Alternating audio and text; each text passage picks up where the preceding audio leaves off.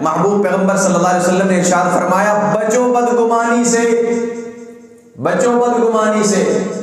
کیوں؟ فرمایا یہ جھوٹ کی سب سے اعلیٰ قسم ہے۔ پیغمبر صلی اللہ علیہ وسلم نے ارشاد فرمایا، پروردگار ارشاد فرماتا ہے انا عند ظن عبدی بی، میں اپنے بندے کے گمان کے مطابق اپنے بندے سے معاملہ کرتا ہوں۔ قرآن پاک کی سورت ہے سورۃ الحجرات۔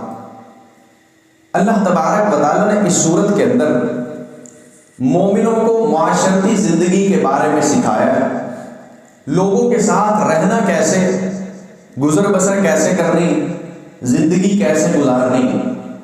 پروردگار قرآن پاک کے اندر ارشاد فرماتے ہیں، میرے محبوب پیغمبر جناب محمد رسول اللہ صلی اللہ علیہ وسلم کی زندگی تمہارے لیے مکمل نمونہ ہے۔ مکمل سے مراد کیا ہے؟ مکمل سے مراد دین بھی بتائے، دنیا بھی بتائے، گھر کی زندگی بھی بتائے، بازار کی زندگی بھی بتائے، تجارت بھی بتائے، ہر لمحے زندگی بتانے والے کو کہا جائے گا کہ یہ مکمل نمونہ ہے۔ مکمل تو وہی ہوگا، ورنہ تو نامکمل۔ تو جناب رسول اللہ صلی اللہ علیہ وسلم نبوت کے ابتدائی 13 برس، مکہ کے اندر کتنے عرصہ رہے؟ 13 برس۔ 13 سالہ مکی زندگی کے اندر ایک بھی عبادت کا حکم نہیں، کوئی عبادت نہیں ملی۔ سب سے پہلے نماز مدینہ میں جا کے فرض ہوئی، مکہ میں نماز بھی کوئی نہیں۔ پھر مکہ میں مسلمانوں نے کرنا کیا ہے؟ مسلمانوں نے مکہ میں سیکھنا کیا ہے؟ مکہ میں کرنے کے لیے کام جناب رسول اللہ صلی اللہ علیہ وسلم نے 13 برس معاشرتی زندگی سکھائی ہے۔ یہ سکھایا کہ معاشرے میں کیسے رہنا ہے۔ ذرا تصور کیجئے، جن لوگوں کو رہنا سہنا سکھایا جا رہا ہے انہوں نے رہنا کس کے ساتھ ہے؟ متقین کے ساتھ نہیں، ابو جہل کے ساتھ رہنا انہوں نے۔ تبھی تو جناب رسول اللہ صلی اللہ علیہ وسلم کی تعلیمات دی جا رہی ہیں کہ رہنا کیسے، زندگی بسر کیسے کرنی۔ تو اللہ تبارک و تعالیٰ ارشاد فرماتے ہیں یا ایھا الذین آمنو، اے ایمان والو، اجتنبو، اجتناب کرو، بچو، کثیرا من الظن، ظن سے بچو، بدگمانی سے بچو۔ اے ایمان والو بدگمانی سے بچو۔ ان بعض الظن اسم، بے شک بعض الظن، بعض بدگمانیاں ایسی ہیں، اسم، گناہ ہیں۔ بعض بدگمانیاں کیا ہیں؟ گناہ ہیں۔ گمان جو ہوتا ہے نا 2 طرح کا ہوتا ہے، اچھا گمان، برا گمان۔ لیکن عربی زبان کے اسلوب میں جہاں صرف ظن کا لفظ آئے، اس سے مراد بدگمانی ہوتی ہے۔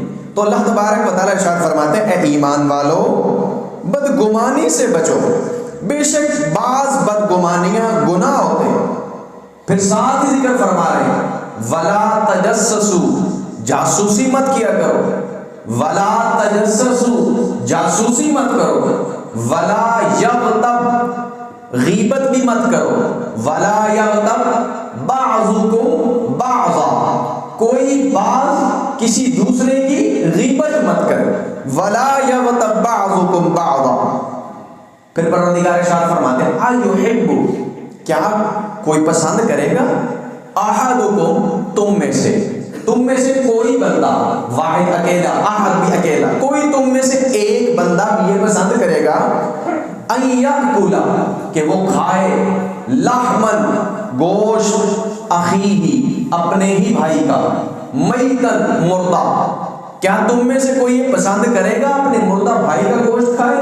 پھر ساتھ ہی فرماتے ہیں فَكَرِهْتُمُوهُ، ضرور تم اس سے گھن کرو گے، کراہت محسوس ہوگی۔ فَكَرِهْتُمُوهُ، کراہت محسوس ہوگی۔ پھر پروردگار ارشاد فرماتے ہیں وَاتَّقُوا اللَّهَ، اگر اپنے بھائی کا مردہ کا گوشت کھانے سے تمہیں گھن محسوس ہوتی ہے، وَاتَّقُوا اللَّهَ، پھر اللہ سے ڈرو، ڈر جاؤ اللہ سے۔ یہ جو غیبت تم کر رہے ہو یہ ایسے ہی ہے گویا تم اپنے مردہ بھائی کا گوشت کھا رہے ہو۔ ایک تو وہ بھائی ہے تمہارا، دوسرا پھر وہ مردہ ہے، ڈبل گناہ کر رہے ہو۔ اللہ تبارک و تعالیٰ ارشاد فرماتے ہیں واتقوا اللہ، اللہ سے ڈر جاؤ، ان اللہ تواب الرحیم، بے شک پروردگار توبہ قبول کرنے والا اور رحم کرنے والا ہے۔ بدگمانی سے بچا جائے۔ بدگمانی کیا ہے؟ بندہ کسی کے بارے میں گمان کر لیتا ہے، فلاں بندے نے مجھے وقت دیا تھا 5 بجے بھی تمہارے ساتھ ملاقات ہوگی، یا کاروباری معاملات میں بدگمانی زیادہ ہوتی ہے، رشتہ داریوں میں بدگمانی زیادہ ہوتی ہے، وہ فلاں بندہ میرے پاس کیوں نہیں آیا، اسے کوئی اچھی چیز مل گئی ہوگی، وہاں کھڑا ہو گیا ہوگا، بھائی ہم تو بندے ہی غریب ہیں، ہمارے گھر کون آتا ہے؟ یہ لفظ اکثر ہم اپنی زبان پہ لے کے آتے ہیں، ہم تو بندے غریب ہیں، مالدار ہوتے تو لوگ آتے، غریبوں کے گھر کون آتا ہے؟ بدگمانی کر رہا ہے یہ بندہ، کیا کر رہا ہے؟ بدگمانی کر رہا ہے۔ گمان اچھا رکھنا چاہیے تھا، خیال اچھا رکھنا چاہیے تھا، نیک گمان رکھنا چاہیے تھا۔ جو بندہ میرے گھر نہیں آیا، ہو سکتا ہے وہ بیچارہ اپنی کسی پریشانی میں مبتلا ہو۔ ہر وقت جناب رسول اللہ صلی اللہ علیہ وسلم کے ایک بدو ہے، کالا سیاہ رنگ، حبشی نسل کا، اور نقش بھی موٹے موٹے، نہایت کالا رنگ، جناب رسول اللہ صلی اللہ علیہ وسلم کے پاس آیا کرتے، پاک پیغمبر صلی اللہ علیہ وسلم سے محبت فرماتے۔ اللہ کے محبوب پیغمبر صلی اللہ علیہ وسلم ایک مرتبہ اس کے ہاں تشریف لے گئے، اس بدو کے ہاں، اعرابی کے ہاں، اس حبشہ کے رہنے والے کے ہاں۔ پاک پیغمبر اس کے پاس گئے، یہ بازار میں سامان فروخت کر رہا تھا، سامان بیچ رہا تھا۔ جناب رسول اللہ صلی اللہ علیہ وسلم نے پیچھے سے اس کے کمر کی سائڈ سے آ کے اسے ایسے اپنے بازو میں بھینچ لیا، فرمانے لگے کون؟ یہ شخص پہلے تو غصہ ہوا، کہنے لگا کون ہے میرے کاروبار کے درمیان میں مجھے تنگ کر رہا ہے؟ یار کاروبار کا وقت ہے، اس وقت کون تنگ کر رہا ہے؟ پھر اچانک اس کا خیال پڑا کہ یہ جو ہاتھ ہے یہ کوئی نارمل ہاتھ معلوم نہیں ہوتے، یہ بڑے نرم و نازک سے ہاتھ ہے، جیسے ہی ہاتھ پہ ہاتھ رکھا کھل اٹھا، کہنے لگا اللہ کے محبوب آپ تو، میرا دل اب ایسا چاہتا ہے کہ آپ اپنے ہاتھ چھوڑے ہی مجھے ایسے ہی پکڑ کے رکھیں۔ پھر پاک پیغمبر صلی اللہ علیہ وسلم نے ارشاد فرمایا، ہاں بھائی کوئی ہے اس غلام کا، اس شخص کا خریدار؟ کوئی ہے اس شخص کا خریدار؟ یہ حبشی کہتا ہے آگے سے، غلام بدو، اللہ کے محبوب مجھے کون خریدے گا، میری قیمت کون دے گا؟ کالا رنگ، بدصورت بدو، مجھے کون خریدے گا؟ پاک پیغمبر صلی اللہ علیہ وسلم نے ارشاد فرمایا تیری قیمت دے بھی کوئی نہیں سکتا، تیری قیمت دے بھی کوئی نہیں سکتا، تو اللہ کے ہاں بڑا قیمتی ہے۔ کیوں؟ واتقوا اللہ، تو اللہ سے ڈرنے والا ہے۔ یہ ہے نیک گمانی۔ بندہ کیا کرتا ہے؟ انسان کیا کرتا ہے؟ اپنے رب کے بارے میں ناشکرا ہو جاتا ہے، اپنے ہی رب کے بارے میں ناشکرا ہو جاتا ہے۔ پروردگار ارشاد فرماتے ہیں، محبوب پیغمبر جناب محمد رسول اللہ صلی اللہ علیہ وسلم نے حدیث قدسی بیان فرمائی، حضرت ابو ہریرہ رضی اللہ عنہ روایت فرماتے پاک پیغمبر صلی اللہ علیہ وسلم نے ارشاد فرمایا، پروردگار ارشاد فرماتا ہے انا عند ظن عبدی بی، میں اپنے بندے کے گمان کے مطابق اپنے بندے سے معاملہ کرتا ہوں، میں اپنے بندے کے گمان کے مطابق معاملہ کرتا ہوں۔ بندے کا گمان ہو پروردگار میرے ساتھ اچھائی کا معاملہ فرمائیں گے، اچھائی کا معاملہ ہوتا ہے۔ بندے کا گمان ہو کہ پروردگار میرے ساتھ برا معاملہ فرمائیں گے، بندے کے ساتھ وہی ہوتا ہے۔ اس لیے فرمایا کہ بندے کو چاہیے اپنے رب کے ساتھ گمان رکھے، اچھا رکھے، اچھا گمان رکھے، میرا رب بخشنے والا ہے، غفور الرحیم ہے۔ پھر پاک پیغمبر صلی اللہ علیہ وسلم نے یہ بھی ارشاد فرمایا، تم میں سے کوئی شخص فوت نہ ہو حتیٰ کہ وہ اپنے رب کے بارے میں اچھا گمان رکھتا ہو۔ اور یہ بات پاک پیغمبر نے کب فرمائی؟ جب آپ دنیا سے رخصت ہونے والے تھے، ایک دن قبل یہ آپ نے ارشاد فرمایا کہ تم میں سے کوئی شخص دنیا سے رخصت نہ ہو حتیٰ کہ وہ اپنے رب سے اچھا گمان رکھتا ہو۔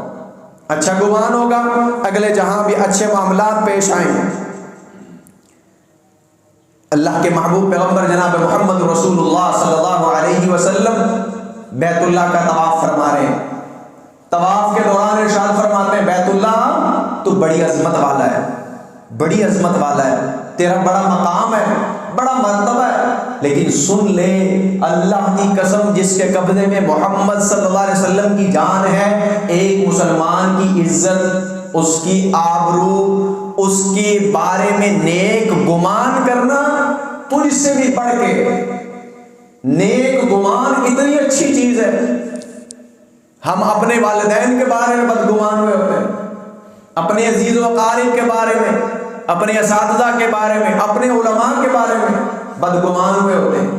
اور بدگمانی کیا ہے؟ محبوب پیغمبر صلی اللہ علیہ وسلم نے ارشاد فرمایا بچو بدگمانی سے، بچو بدگمانی سے۔ کیوں؟ فرمایا یہ جھوٹ کی سب سے اعلیٰ قسم ہے، بدگمانی جھوٹ کی سب سے اعلیٰ قسم ہے۔ ایک شخص کو پکڑ کے لایا گیا جناب عبداللہ بن مسعود رضی اللہ عنہ کے پاس، اور فرمایا گیا اس شخص نے شراب پی ہے، اس کی داڑھی سے شراب کے قطرے گر رہے تھے، پکڑ کے لایا۔ فرمایا کیا تم نے اس کو شراب پیتے دیکھا ہے؟ جی دیکھا تو کوئی نہیں، اس کی داڑھی سے شراب گر رہی تھی، پی ہوگی تو گر رہی ہوگی۔ فرمایا جب تم نے اپنی آنکھ سے دیکھا نہیں، تم اسے پکڑ کے کیوں لائے؟ بدگمانی کیوں کی اس کے بارے میں؟ چھوڑ دو اسے، جانے دو، ہمیں جاسوسی کا حکم نہیں دیا گیا۔ ولا تجسسوا، جاسوسی مت کرو۔ آج ہماری زندگی کی تباہی کا سب سے بڑا سبب ہے یہ، ہر شخص دوسرے کے معاملات میں لگا ہوا ہے۔ اس کے گھر میں سکون کیسے ہے؟ یہ 4 بھائی ہیں، یہ 3 بھائی ہیں، ایک گھر میں سکون سے کیسے رہتے ہیں؟ ان کے ہاں لڑائی کیوں نہیں ہوتی؟ یہ لڑتے کوئی نہیں، کیوں سکون سے رہتے ہیں؟ لڑتے، علیحدہ علیحدہ ہو جاتے، ایک دوسرے کو مارتے، گالیاں دیتے، پھر ہمیں خوشی ہوتی۔ ملے گا کیا؟ کچھ بھی نہیں۔ اپنے اعمال ضائع ہوں گے، اعمال ضائع ہوں گے۔ پاک پیغمبر صلی اللہ علیہ وسلم فرما رہے ہیں، تاکید فرما رہے ہیں، تنبیہ فرما رہے ہیں، بچو بدگمانی سے، بدگمانی سے بچو۔ بڑا سخت گناہ ہے، بندے کے اعمال کا تباہ کرنے والا گناہ ہے۔ پوری زندگی بندہ نیکیاں کرے، نماز پڑھے، اتنی سردی کے موسم میں، گرمی کے موسم میں روزے رکھے، بیت اللہ کا حج کرے، سفر آسان کام نہیں ہے۔ ساری ساری رات کھڑا ہو پروردگار کے سامنے، رمضان مبارک کے قیام کرے، اور اس کے بعد ایک شخص کے بارے میں بدگمانی کرے، کسی کو دیکھے اس کے بارے میں عیب لوگوں کو بتانا شروع کرے۔ اللہ تبارک و تعالیٰ اس شخص کے سارے نیکیوں کو تباہ فرما ہے۔ حکم کیا ہے؟ کسی شخص کی برائی کو دیکھو، پردہ ڈالنے کی کوشش کرو۔ اللہ کے رسول صلی اللہ علیہ وسلم نے ارشاد فرمایا جو شخص کسی کی برائی دیکھتا ہے اور اس برائی پہ پردہ ڈالتا ہے، اس کے عیب پہ پردہ ڈالتا ہے، قیامت کے دن پروردگار اپنے بندے کو اپنے پاس بلائیں گے اور فرمائیں گے میرے بندے میری بات سن، قیامت کا سماں ہے، لوگ کانپ رہے ہیں، پتہ نہیں حساب کیا ہوگا۔ پروردگار اس بندے کو اپنے عرش کے پاس بلائیں گے اور فرمائیں گے میرے بندے تو نے یہ گناہ کیا؟ جی پروردگار کیا۔ باقی جہان سے اوٹ میں رکھ کے پردہ ہوگا، اس بندے سے پوچھا جا رہا ہے تو نے فلاں گناہ کیا؟ جی پروردگار کیا۔ فلاں موقع پہ تو نے یہ معصیت کی؟ جی پروردگار۔ ساری اس کی بدعمالیاں گنوائی گئی، آخر میں فرمائیں گے جہاں میرے بندے میں نے تجھے معاف کیا، تیرے گناہوں پہ ایسے ہی پردہ ڈالتا ہوں جیسے تو نے اپنے فلاں بھائی کے گناہ پہ پردہ ڈالا تھا۔ یہاں تو معاملہ ہی الٹا ہے۔ ہمیں پتہ چلے نا کسی کی برائی، ہم جب تک تشہیر نہ کر لیں نیند نہیں آتی، تشہیر کے بغیر کھانا ہضم نہیں ہوتا۔ اور اللہ کے رسول صلی اللہ علیہ وسلم کیا فرما رہے ہیں؟ حضرت ماعز رضی اللہ عنہ محبوب پیغمبر کی خدمت میں حاضر ہوئے، محبوب پیغمبر میں نے زنا کیا، میرے اوپر حد جاری کی جائے، طاہرنی یا رسول اللہ، مجھے پاک کیجیے اللہ کے محبوب۔ آپ فرماتے ہیں خیریت ہے نا؟ کیا کہہ رہا ہے تو؟ اللہ کے محبوب میں نے زنا کیا، مجھے پاک کیجیے۔ آپ پھر پوچھتے ہیں بھائی تیرا دماغ ٹھیک ہے؟ تو نیند میں تو نہیں اللہ کے محبوب، وہ بار بار کہی جا رہا ہے اللہ کے محبوب میں نے زنا کیا، مجھے پاک کیجیے۔ بھائی تو نشے میں تو نہیں؟ تیرا دماغ تو نہیں خراب ہو گیا؟ آپ بار بار سوال کیے جا رہے ہیں۔ جب اس نے 4 مرتبہ جواب دیا اللہ کے محبوب میں اپنے ہوش و حواس سے یہ بات کہہ رہا ہوں میں نے زنا کیا، مجھے پاک کیجیے، پھر پاک پیغمبر صلی اللہ علیہ وسلم نے مزید دریافت فرمایا تو جانتا ہے زنا کس کو کہتے ہیں؟ اللہ کے محبوب بخوبی جانتا ہوں، میں شادی شدہ بندہ ہوں، جانتا ہوں، اللہ کے محبوب مجھے پاک کیجیے، میں نے یہ گناہ کیا ہے۔ پاک پیغمبر صلی اللہ علیہ وسلم نے حد جاری فرمائی۔ یہ شخص جب اس کے اوپر حد جاری ہو رہی تھی، پتھر مار کے اسے رجم کیا جا رہا تھا، 2 بندے کھڑے آپس میں گفتگو کر رہے ہیں، جناب رسول اللہ صلی اللہ علیہ وسلم پاس سے گزر رہے ہیں، یہ 2 بندے گفتگو کر رہے ہیں۔ عموماً بندہ کسی کے بارے میں چغلی غیبت کر رہا ہے، بڑا بچ کے کرتا ہے، کسی کو پتہ نہ چلے، گفتگو پہ غور کرے کیا ہے۔ دونوں بندے کہتے ہیں، ایک ساتھی اپنے ساتھ والے کو کہتا ہے دیکھو یار اللہ نے اس کا عیب چھپایا تھا، اسے کیا ضرورت تھی آ کے اپنا گناہ بتانے کی اور ایسے کتے کی طرح پتھر کھانے کی، پتھر لگ رہے تھے، رجم کیا جا رہا تھا، اسے کیا ضرورت تھی؟ جملہ کیا بولا؟ اللہ نے جب اس کا عیب چھپایا تھا اسے کیا ضرورت تھی اللہ کے محبوب کے پاس آ کے اپنا عیب بتانے کی، اپنا گناہ بتانے کی اور کتے کی طرح پتھر کھانے کی۔ اللہ کے رسول صلی اللہ علیہ وسلم نے جملے سنے، آپ چلتے رہے، اپنی سواری میں بیٹھے جانے لگے، راستے میں ایک گندگی کے ڈھیر پہ ایک گدھا مرا پڑا تھا۔ پاک پیغمبر صلی اللہ علیہ وسلم نے سواری روک لی، سواری سے نیچے اترے، صحابہ کرام بھی نیچے اترے، ان دونوں بندوں کو بلایا، بات سنو جی اللہ کے محبوب، فرمایا تم دونوں میں سے کوئی اس گدھے کو خریدے گا؟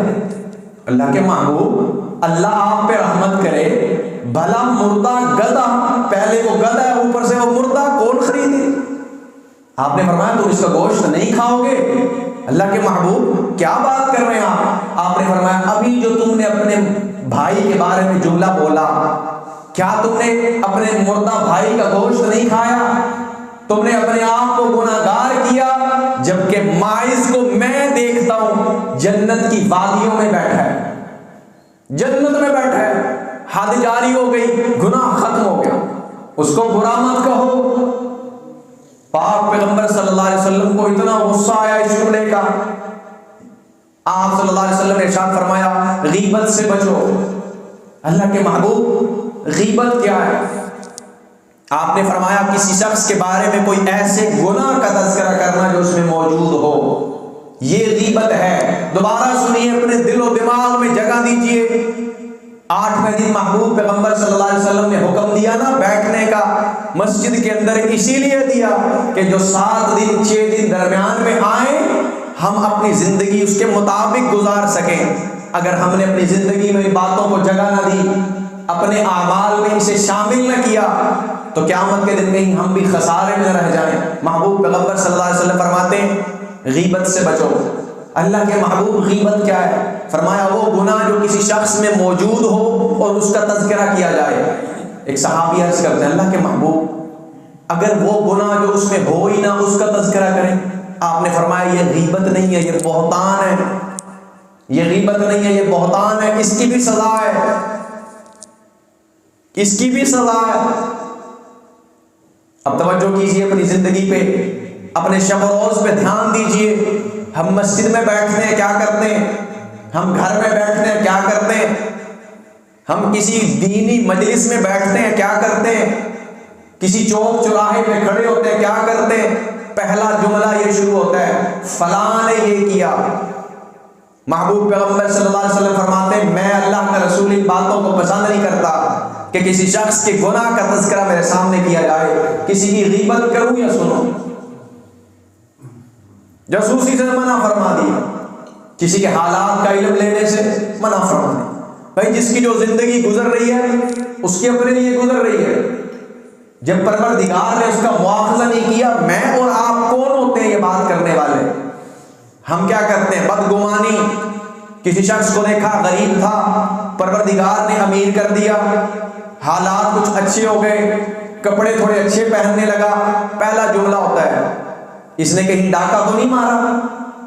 پروردگار ارشاد فرماتے ہیں میرے بندے وَقُلْتُ اسْتَغْفِرُوا رَبَّكُمْ إِنَّهُ كَانَ غَفَّارًا، مجھ سے استغفار کرو پروردگار پھر کیا ہوگا؟ فرمائے یرسل السماء علیکم مدرارا ویمددکم باموال وبنین، میں آسمان سے تمہارے لیے مدد نازل کروں گا۔ پروردگار مدد کس شکل میں ہوگی؟ فرمائے یمددکم باموال وبنین، مال دوں گا بیٹے دوں گا، مال دوں گا بیٹے دوں گا۔ پروردگار فرمائے میں اپنا فضل کروں گا، اور ہم اسے کیا کہیں؟ اس نے ڈاکہ تو نہیں مارا؟ اگر ڈاکہ مارا ہے اپنے لیے مارا ہے یا ہمارے لیے؟ قیامت میں قبر میں حساب میں پوچھ کس سے ہوگی؟ مجھ سے میرے جملے کا مواخذہ ہوگا۔ تو نے یہ کیوں کہا؟ تو نے یہ بات کیوں کی تھی کہ اس نے کہیں ڈاکہ مارا؟ اس کے بارے میں غیبت کیوں کی؟ بدگمانی کیوں کی؟ اپنے دل کو صاف کیوں نہ کر لیا؟ کیا جواب دیں گے پروردگار کو؟ اور کوئی کرنے کے لیے بات نہیں تھی اس لیے کرتے رہے، فلاں بندہ اچھا ہے فلاں بندہ برا ہے۔ ابھی الیکشن کے دن شروع ہونے والے، پھر ہر بندہ کہے گا فلاں بندہ ایسے اچھا فلاں بندہ ایسے برا۔ اس کے اچھے یا برے ہونے سے آپ کے اعمال خراب ہوئے جا رہے ہیں۔ آپ اس کا تذکرہ کر رہے ہیں، آپ کے اعمال خراب ہو رہے ہیں۔ مجھے وہی یاد آیا عرب کے اس عالم کا جملہ، کہتا بھائی نیکیاں اکٹھی کرتے ہو سوراخ والے تھیلے میں اکٹھی کرتے ہو، نیکیاں اکٹھی کرتے ہو سوراخ والے تھیلے میں اکٹھی کرتے ہو۔ کسی غریب کی مدد کرنے جاتے ہو، مدد تو کرتے ہو، ساتھ یہ بھی کہتے ہو کتنا بیچارہ شد آدمی ہے، اس کے پاس پہننے کے لیے کچھ نہیں، یہ غریب کا غریب ہی رہ جائے گا۔ اس کو لان تان بھی کرتے ہو۔ مسجد آتے ہو، نماز پڑھتے ہو، واپسی جاتے ہوئے بے نمازی کو دیکھ کے کہتے ہو اس کی زندگی نہیں سدھرنے والی، پکا جہنم میں جائے گا، کبھی نہیں بخشا جائے گا، اس کا کیا بنے گا؟ کسی کا اعلان سنتے ہو فوراً کہتے ہو بے نماز تھا، پکا جہنم میں جائے گا۔ یہ سارے سوراخ والے تھیلے ہیں، نیکیاں اس میں محفوظ نہیں ہیں۔ جس دن یہ تھیلا کھلے گا نا، پتا چلے گا اس کے نیچے تو سوراخ تھا۔ اس سوراخ کو پر کیسے کرنا ہے؟ اس سوراخ کو پر کرنا استغفار سے۔ اللہ کے رسول صلی اللہ علیہ وسلم کی مجلس ہے، ایک شخص مسجد میں داخل ہوتے ہیں، مجلس میں عبداللہ بن عمر رضی اللہ عنہ دیکھ رہے ہیں، یہ بندہ مسجد میں داخل ہونے لگا، پاک پیغمبر صلی اللہ علیہ وسلم نے ارشاد فرمایا اب جو شخص مسجد میں داخل ہوگا یہ جنتی شخص ہے، جس نے جنتی دیکھنا ہو اسے دیکھ لے۔ اب یہ شخص مسجد میں داخل ہوگا، جس نے جنتی دیکھنا ہو اسے دیکھ لے، وہ بندہ جنتی ہے۔ عبداللہ بن عمر رضی اللہ عنہ فرماتے ہیں میرے دل میں بات آئی، اس شخص کے پتہ تو کروں اس کا کون سا ایسا عمل ہے۔ مسجد میں آیا، جیسے ہم نے کیا نماز پڑھی ایسے اس نے نماز پڑھی۔ میں نے اس شخص سے کہا بھائی میں تیرے ہاں مہمان رہنا چاہتا ہوں، 3 دن تک مہمان رہ سکتا ہے، اجازت ہے مہمان کو 3 دن، مہمان کا حق ہے، مہمان 3 دن کے لیے اس کے ہاں چلے گئے۔ روزانہ دیکھتے ہیں اٹھتا ہے نماز پڑھتا ہے، تہجد وہ بھی پڑھتے ہیں، تہجد یہ بھی پڑھتا ہے، قرآن وہ بھی پڑھتے ہیں، قرآن یہ بھی پڑھتے ہیں، جمعہ وہ بھی پڑھتے ہیں، جمعہ یہ بھی پڑھتے ہیں، سارا کچھ برابر ہے۔ جب 3 دن گزرے، عبداللہ بن عمر رضی اللہ عنہ شخص سے پوچھتے ہیں اچھا بھائی میں اجازت چاہتا ہوں۔ فرمایا جس کام سے آئے تھے وہ کام ہو گیا یا باقی ہے؟ اندازہ لگائیں 3 دن رہنے کے بعد اپنے مہمان سے پوچھ رہے ہیں، مہمان نوازی کرنے کے بعد۔ کسی کا فون آئے نا میں آپ کے پاس آنا چاہتا ہوں، ہم اگلا سوال کرتے ہیں خیریت سے آنا چاہتے ہیں، خیریت سے آنا چاہتے ہیں؟ یہ صحابی کیا کہہ رہے ہیں؟ مہمان جا رہا ہے، اس کو پوچھ رہے بھائی تیرے جس کام سے آیا تھا کام ہوا ہے کہ نہیں؟ کہتا ہے کوئی نہیں ہوا۔ خیر و دریافت کیا، کیا معاملہ ہے؟ کہنے لگے اللہ کے رسول صلی اللہ علیہ وسلم نے ارشاد فرمایا یہ جنتی شخص ہے، تیرے اور ہمارے اعمال میں ذرہ برابر فرق نہیں۔ پھر جنتی کیسے ہے؟ میں یہ دیکھنے آیا تھا۔ فرمانے لگے اگر یہ جاننا چاہتا ہے یہ راز ہے میرا، اس کو بولتے ہیں اعمال القلوب، دل کے اعمال۔ فرمایا کہ میں رات کو سونے سے پہلے اپنے دل کو کینے سے پاک کر کے سوتا ہوں، کسی شخص کے بارے میں بغض، حسد، کینہ، بغض، حسد، کینہ یہ ختم کر کے سوتا ہوں، بدگمانی ختم کر کے سوتا ہوں۔ یہ وجہ ہے کہ پروردگار نے مجھے مرتبہ عطا فرمایا۔ کیا ہم یہ کام کر سکتے ہیں؟ ہم اپنے حقیقی رشتہ داروں کو معاف کرنے کے بارے میں سوچ بھی نہیں سکتے، معاف کرنا دور کی بات، سوچ بھی نہیں سکتے۔ اس نے فلاں وقت میں مجھے یہ کہا تھا، کیا کہا تھا؟ بھائی میں نے اسے بیٹی کا رشتہ نہیں دینا، میں اس کو کبھی معاف نہیں کروں۔ اس نے یہ کہا تھا میں نے بیٹے کا رشتہ نہیں دینا، میں ابھی اس کو قیامت تک معاف نہیں کروں۔ اندازہ لگائیں یہ صحابی کیا کہہ رہے ہیں؟ میں اپنے دل کو پاک کر کے سوتا ہوں۔ دلوں کا دار و مدار پروردگار کے ساتھ ہے، بندے کو نظر نہیں آتا، لیکن اگر یہ دل صاف ہو جائے، اگر یہ دل صاف ہو جائے، اللہ کے رسول صلی اللہ علیہ وسلم نے مختلف مقامات پہ اس کے بارے میں بیان فرمایا، جو سب سے بڑھ کے بیان فرمایا، بندہ ہاتھ اٹھاتا بعد میں، پروردگار اس کی دعا کو پہلے قبول فرماتے ہیں۔ جس شخص کا دل پاک ہو جائے، اور دل کو پاک کرنے کے لیے استغفار کی کثرت ہے، نماز روزے کے ساتھ ساتھ استغفار کی کثرت ہے۔ فارغ وقت ہوتا ہے، اپنے وقت کو برباد مت کریں، گفتگو کے اندر کسی کے حالات و قصے سنا کے اپنے وقت کو ضائع نہ کریں۔ اللہ کے رسول صلی اللہ علیہ وسلم کی اس حدیث کو یاد رکھیں کہ جب میں محمد صلی اللہ علیہ وسلم کے دل پہ غبار چھاتا ہے، اللہ کے رسول صلی اللہ علیہ وسلم فرماتے ہیں جب میں محمد کے دل پہ غبار چھاتا ہے میں استغفار کرتا ہوں، پروردگار میرے دل کا غبار دور کر دیتا ہے۔ سوال ہوا اللہ کے محبوب آپ کے دل پہ بھی غبار چھاتا ہے؟ آپ نے ارشاد فرمایا میں بھی آدم کا بیٹا ہوں، میں بھی آدم کا بیٹا ہوں۔ تو جب بندہ اللہ سے دور ہوتا ہے انسان کا دل مردہ ہونا شروع ہوتا ہے، جیسے چیز کو صاف نہ کریں مٹی پڑتی رہتی ہے، ایک وقت آتا ہے مٹی جم جاتی ہے، چیز خراب ہو جاتی ہے۔ ایسے ہی فرمایا دل بھی ایسے ہی ہے، سخت ہوتا چلا جاتا ہے۔ اور بدگمانی جھوٹ کی سب سے بڑی قسم ہے۔ اللہ کے رسول صلی اللہ علیہ وسلم نے فرمایا بدگمانی جھوٹ کی سب سے بڑی قسم ہے، اور بندہ ایک بار جھوٹ بولتا ہے، پھر 2 بار جھوٹ بولتا ہے، حتیٰ کہ اپنے جھوٹ پہ پختہ ہوتا چلا جاتا ہے، وہ پروردگار کے ہاں جھوٹا لکھا جاتا ہے۔ ایک بندہ سچ بولتا ہے، پھر سچ بولتا ہے، اپنی عادت بنا لیتا ہے سچ بولنے کو، پاک پیغمبر صلی اللہ علیہ وسلم نے ارشاد فرمایا یہ بندہ اللہ کے ہاں سچا لکھا جاتا ہے۔ اب ہمارے اوپر منحصر ہے، ہم نے سچا لکھوانا ہے کہ جھوٹا لکھوانا ہے۔ اللہ کے رسول صلی اللہ علیہ وسلم ارشاد فرماتے ہیں میرے صحابہ مجھے 2 چیزوں کی ضمانت تم دے دو، میں محمد جنت کی ضمانت دیتا ہوں۔ ایک روایت میں 6 چیزوں کی، ایک روایت میں 2 چیزوں کی۔ 2 چیزوں کی کون سی؟ فرمایا کہ مجھے اپنی زبان جو 2 جبڑوں کے درمیان ہے، اور اپنی شرمگاہ جو 2 ٹانگوں کے درمیان ہے، اس کی تم مجھے گارنٹی دے دو، اس کی حفاظت تم کرو گے، میں محمد تمہیں جنت کی ضمانت دیتا ہوں۔ پھر جو 6 چیزوں کے بارے میں فرمایا سب سے پہلی بات جب بات کرنی ہے جھوٹ نہیں بولنا، سچ بولنا ہے۔